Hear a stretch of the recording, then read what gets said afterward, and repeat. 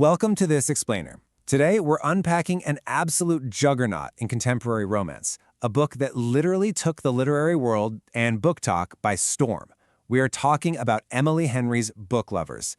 If you love a story that knows exactly what kind of story it is and isn't afraid to totally play with your expectations, you're in for a treat. Ready to jump in? Let's go. Okay, let's dive into this. You know that classic made-for-TV holiday movie setup, right? A busy, workaholic guy from the big city goes to a quaint little town, meets a down-to-earth baker or, a Christmas tree farmer, and realizes what truly matters in life. And what does he do? He inevitably dumps his icy, polished, career-obsessed girlfriend back in the city. Well, the hilarious central premise of this novel asks a brilliant question. What happens to that dumped, uptight city girlfriend? Because in this story, she is our main character. Section 1. Flipping the romance script. And this brilliantly illustrates how Emily Henry takes that exact, tired stereotype, the cold, ambitious woman who always loses her partner to a small-town sweetheart, and completely deconstructs it.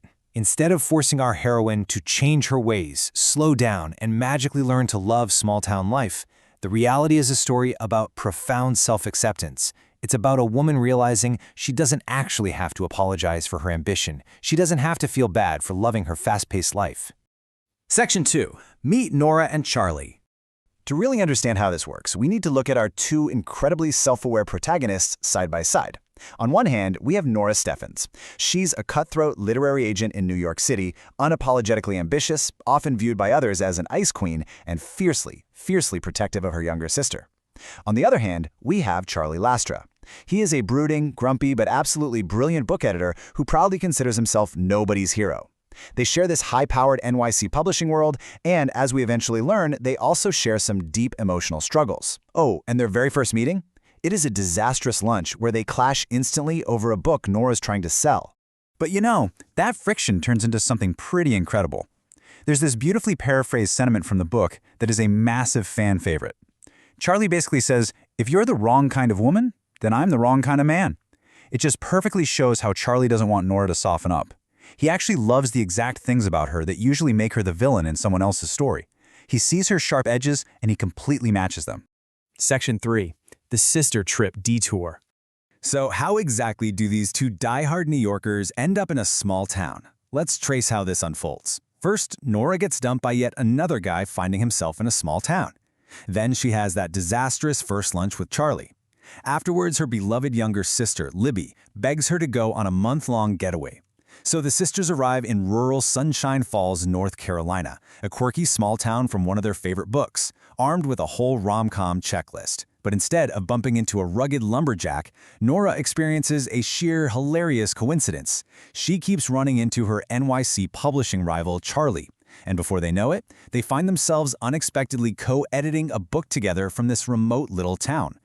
Now, what's really interesting about this is how these central themes balance the emotional weight of the novel. Yes, you get a steamy, laugh-out-loud, enemies-to-lovers romance, for sure, but Henry perfectly balances it with some very heavy, realistic themes. We're looking at deep explorations of ambition, the importance of family, mental health, and the lingering, complicated impacts of grief. And I really want to emphasize why this matters. A major part of Nora's emotional arc doesn't just revolve around Charlie, it revolves around her family.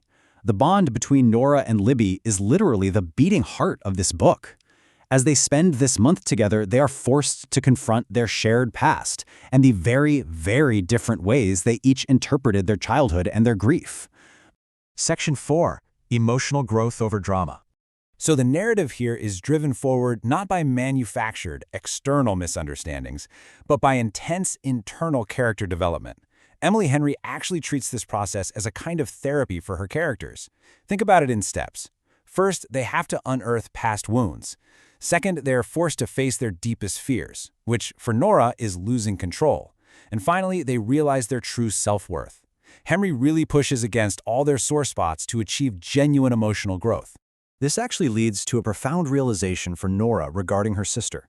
Nora has spent her entire life fiercely managing Libby's world, just trying to protect her from pain.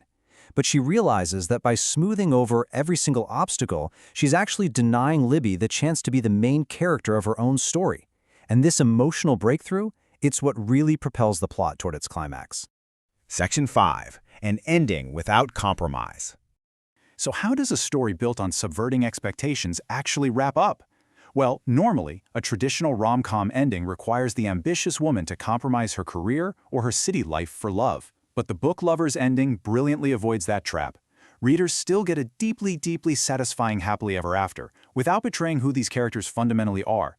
Nora doesn't have to give up her beloved New York life, her job, or her true self to get her happy ending.